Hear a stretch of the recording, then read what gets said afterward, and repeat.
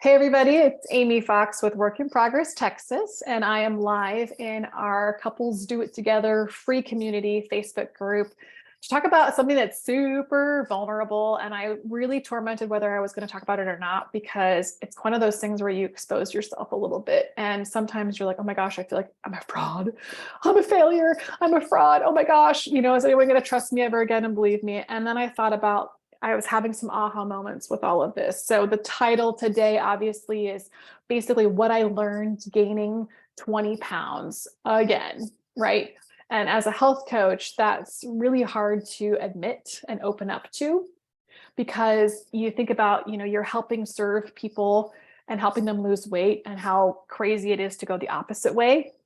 Now, it's not necessarily super uncommon, but I thought what I would do for our talk here is to kind of give you a little snapshot view and some personal things that I don't mind sharing, to kind of give you a little snapshot of what my year looked like. And maybe that can align with some things, or kind of maybe people can relate to some of those things. And then I figure I would talk about what I learned, and then how I got back on track, what I did, and maybe some ways to prevent it from happening to you. Or if you find yourself in a similar situation of like, man, I lost weight and now I've gained some back, or I feel like I'm always on this like hamster wheel of poor choices, why can't I get progress? Let's talk about that too. So really admitting that I have gained weight when we were helping other people at the same time lose weight is really, really frustrating. And when I got in that scale and it was 197 pounds as a 5'9" female, I was like, holy crap, I'm like 10 pounds away from when got married. And it just felt like this moment of like, I could beat myself up, or I can take action and make a change. What was that moment that made me say, okay, enough is enough? And how do I reflect on what happened and what to do differently?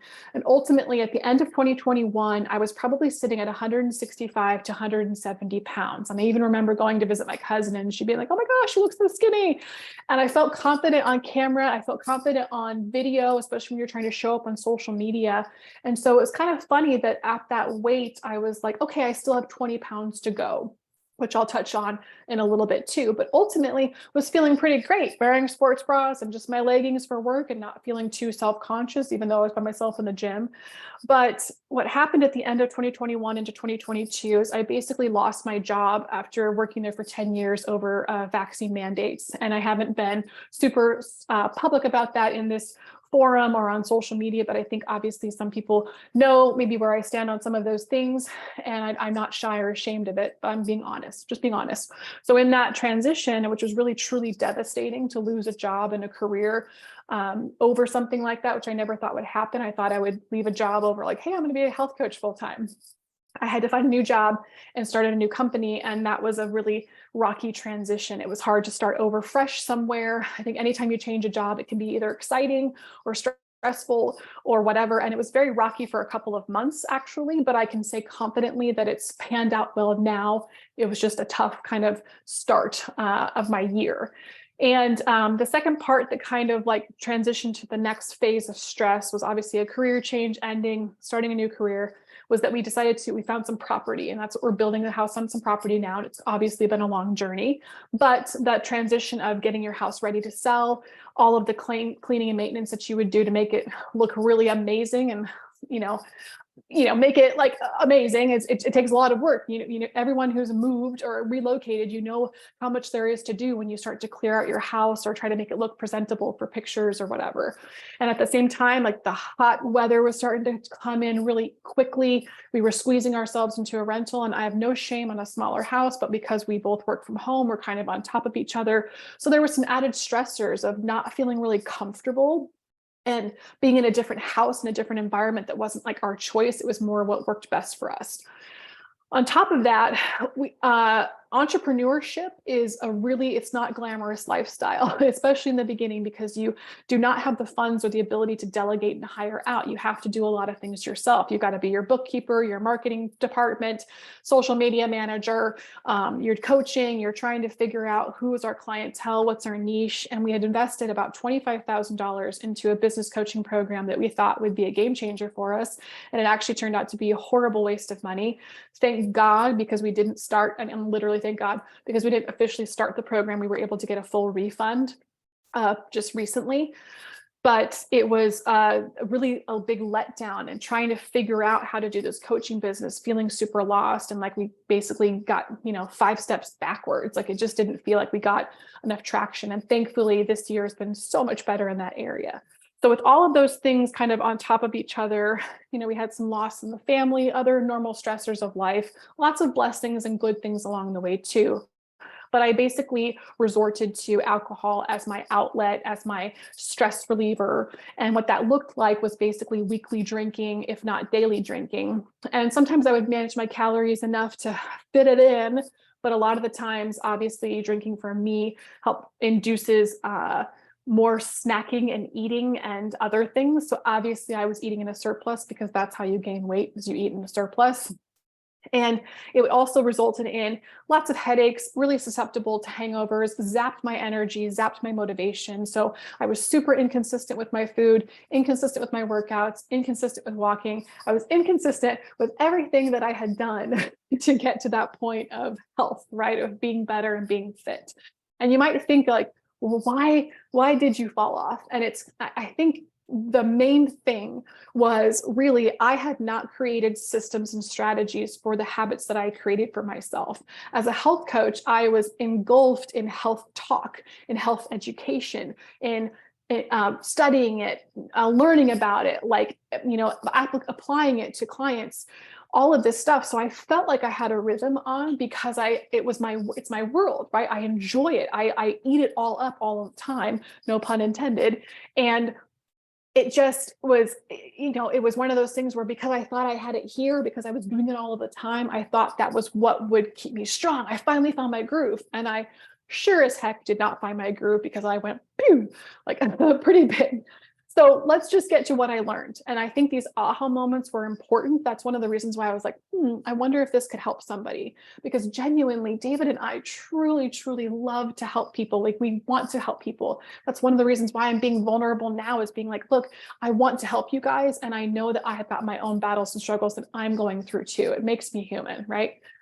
The first thing I noticed that I learned was that the goal weight that I had in mind was not accurate. And it really comes down to, sometimes the leanest we've been or the skinniest we've been isn't necessarily the healthiest we've been. The lightest I ever weighed on the scale was 138 pounds. And as a 5'9" female, that's pretty lean for a 5'9" chick, right? It was definitely a skinny fat. It was excessive exercise. It was under eating. It was under eating protein. I did not have muscle mass. I was just super, super lean and thought that was wonderful and perfect. But as soon as I stopped doing all of that, I gained the weight. So what I learned is wait a second, at 165, 170, like I was feeling pretty dang good. Like I think my goal weight was actually what I had in my head of like 150-ish, is 20-pound difference. 20-pound difference. That's pretty significant. So I think that first aha moment that I want to share is that sometimes maybe that arbitrary timeline we give ourselves, or that arbitrary goal on that freaking stupid scale, can dictate, success for us in many ways. And what really should have happened at that time is I should have exited out of the fat loss phase that I had kept myself in for way too long, but was in it for a while in 2021. And I should have switched to maintenance and started to work on training and body composition goals. That's what I should have done, but I didn't, obviously. And so that's where I think that sometimes when we're on this weight loss journey, that number, that goal weight might change and fluctuate depending on how realistic it is for your height, size, and what your goals are. So for me, that was a big deal to get that stupid 150 out of my head and think that, oh my gosh, I'm only 20 pounds away from where that set point of feeling good on camera and in clothes and all of that stuff is. The second thing I obviously learned, which was an aha moment for me, was alcohol. It's a problem. It was one of those things where I had to acknowledge that this is not healthy. This is toxin. It slows down your fat loss. Like, there is obviously ways to enjoy alcohol and there's ways to not enjoy alcohol. And one of the reasons why I started to do those challenges at the end of the year last year was not only just for some beta testing that was recommended by our coaching program that did not work out very well, but it was also because I needed that kick in my pants too. I needed that detox. I went about 60 days without alcohol. And if you heard my other interview with Crystal Kuehler, whether she interviewed me or vice versa, we talk about how a 30-day reset is super, super helpful to gain control of alcohol and see what that looks like in your life. And to me, that was a moment to prove, can I remove this myself and regulate it myself, or do I need more intervention and help? And so far, I've been able to regulate it myself. There are still some good and bad days sometimes, but I haven't gotten to the point where I need more intervention, but I know that I will if I have to go that direction, if it starts to become a problem again. And then the last thing is really that I did not have systems to protect my goals. I had all of it up here in my head, but I didn't have strategies in place that kept it part of my routine. And one of my favorite things in the book Atomic Habits that he talks about is that we don't fail to our goals, we fail to our systems. And so when you don't create systems around the things that you want to accomplish, that's when life punches you. It's really easy to get off track. So if you think, I think of habits or everything, because everything we do is a habit. What you do first thing in the morning is a habit. How you respond to A, B, or C, all the stuff that you do during the day are habits. And so what we're trying to do is, what are the habits that you have to do, need to do, and want to do? That's kind of how I've categorized it for myself.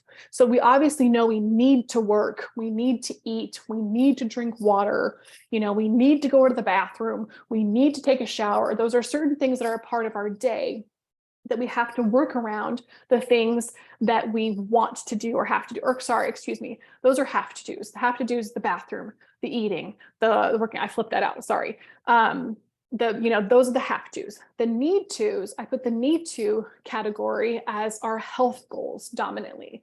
Like, I need to journal to get my thoughts on paper. I need to track my food to make sure I'm not eating in a surplus. I need to work out to build muscle, or I need to take a walk to get some fresh air and vitamin D. Like, those are some things that we have to figure out how to put around our schedule. And then the want to's are the rewards. Like, how do we reward ourselves for accomplishing the needs and the wants? So if you think about it, like, habits are the cue, the action, and the reward. It's literally how Mel Robbins talked about, like training a puppy. You have a cue, which is the sit command. Then you've got the action of the puppy sitting their butt on the floor. And then you've got the reward, which is the biscuit. It's literally no different. Like, this is totally science, you guys. It is no different in the real world for you in your life. That's how you make new habits stick, is you have, what's the cue? What am I doing? What's the action? And what's the reward? So think about working out. Like, I put out my workout clothes, and that's the cue. The action is putting on the workout clothes and going to the gym. The reward is, maybe I get a special foofy coffee afterwards. Or Mel Robbins, for example, she got a burrito. Like, there was this breakfast burrito that she was super excited about after she accomplished her workout in the morning. So you can see how that pattern works, and that's how you train yourself to start putting these needs into your wants and your have tos and your habits there. So how did I get back on track? I obviously acknowledged that I had to stop the cycle. I had to seek support, which dominantly was this group, y'all. Like, truly, it was this group, and being a leader and showing up and being like, okay, it's time for a gut reset. Okay, it's time for a booze reset. Let's do it together. That group community was super, super important. And I hope that's what this community provides for you. Obviously, getting back to the basics, we always go back to the basics: sleep and stress management, hydration, movement, like walking, hitting your protein targets first, and then adding in resistance training. Like, that is really the foundation of overall health, especially long-term. Like, those are the things you want to incorporate into your day on a regular basis. And then I prepped myself for a fat loss phase. So what happens is, when life throws you off like crazy, what you want to do is get back into that foundation, and also fuel yourself properly for your day, and kind of get you into maintenance. And this means that you have to accept your body how it is right now, which is really, really hard, because all of us want to lose the weight like yesterday. So I had to accept and know that the maintenance calories I was eating, the training that I was getting back on track with, the walking and all that I had, that I was not going to see a bunch of change. Then there could have been some body composition, some muscle building under that fat. But ultimately, I had to accept that there would be very small changes right now until I got ready for a fat loss phase. And now I'm in a fat loss phase for the last 5-ish, 6-ish weeks, and I've already lost 5 pounds. So I'm already almost down to 189 from 197 when I started. Okay, so that should be like, and then of course, really implementing a system of habits into my day and learning about habits. And that's why I'm going to share a podcast for you, one of Mel Robbins' podcasts in the comments. I'm going to highly recommend that Atomic Habits. Y'all get it. We buy this for our clients when they invest in a program. And that's actually part of our curriculum going through the book. And this is really important to help learn, how do I set myself up for success? We've got things like habit stacking, habit staging, we've got science, we've got things, how the brain works. Like when you start to learn all of that stuff, it really makes sense and you're able to customize it for yourself specifically. So how can you prevent this? Is there anything magical that's going to keep you from potentially gaining some weight back? We've had some people that have experienced some family loss. Like the worst tragedy is having a family member, a pet, a really good friend pass away. I think I just finished Firefly Lane last night. I think I'm still sad about that. I'm not trying to spoil anything, but still sad. Like there's just, things that are really hard to get over, and mourning somebody, for example, takes a while. So you have to forgive yourself and give yourself some grace. And I think we really, especially women, we have to start pep talking ourselves more in the mirror. And I think guys need this too. It's not necessarily a woman thing, but women are really, really good at degrading themselves and talking down to ourselves. And it's really like one of the things that Mel Robbins, if you start to listen to her podcast, like talks about, one of the best things you can do is waking up in the morning and giving yourself a literal high five in the morning and being like, you're awesome. Good job. You're going to do great today. I appreciate you. So I think on the same aspect of like, you have to forgive yourself. You have to start giving positive thoughts. You have to start shifting your mindset, because mindset is part of this too.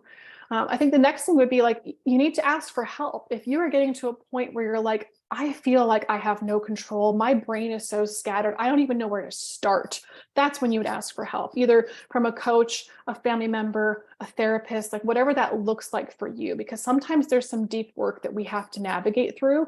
And sometimes it's not super deep work. Sometimes it's just like, dude, I do not have control of my schedule. I need to own my schedule. I need to put things in my schedule. I need to plan things out, because if I don't do that, then I don't follow through with those commitments. And that's where I'd say the last part too is like, if you have kind of taken anything from this, I think really you have to figure out how to put these tasks and these habits and these, needs that you want to incorporate into your life, and figure out what works best for you. How do you make this stick? Because guess what? It never stops. We do not lose weight and stop doing all of the things that got us there. Either the things we're doing are not sustainable long term, because losing weight is super easy. It's maintaining weight that is the hardest part.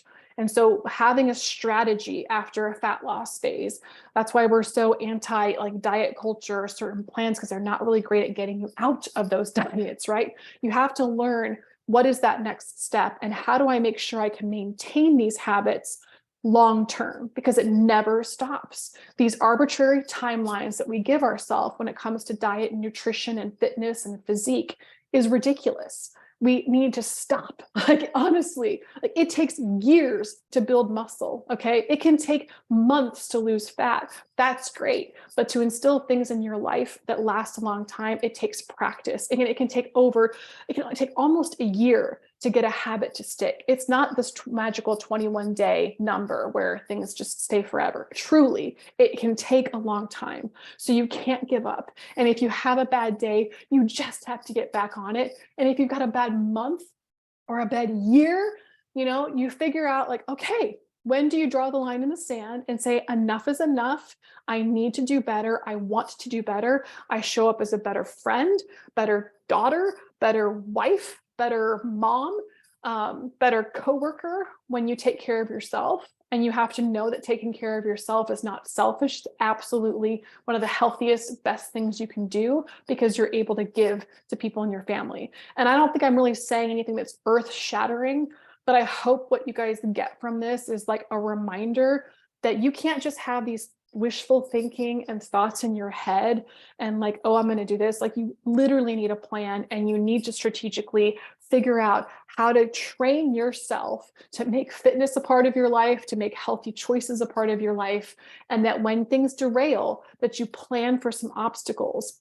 And these books, like, Atomic Habits, like the Mel Robbins podcast that I'll share an episode in, those are the kinds of things that will help you learn how to do this. There's at some point where you have to be a student and you have to figure out how to do this. And whether you have someone helping you or you're doing it yourself, like, you can do this. And I can already tell you that I feel better. I know that some of that time frame in the past year was still some muscle, not necessarily always all of it just being fat, but my perspective has changed and I feel more clear than anything. And the fact that we get clients results and I'm getting results and things are changing, like, I know I have finally found the groove. I finally have figured out, and I still am perfecting my schedule. It's a work in progress. That's why we named our business that. But it doesn't stop, and it feels really, really good. It feels really, really good. So that is all I have in a nutshell. My story, being vulnerable, putting myself out there. And I hope that you had a lot of value from today. Love to know what you learned. If you learned anything, I don't know, but I'm going to pause the recording and check back in on Facebook. And I really, really appreciate you guys so much watching this and giving me your attention and your encouragement, because it was hard to even write the title of what this was called. So I really appreciate your support. So have a great night or day whenever you're watching this, and I will talk to you later.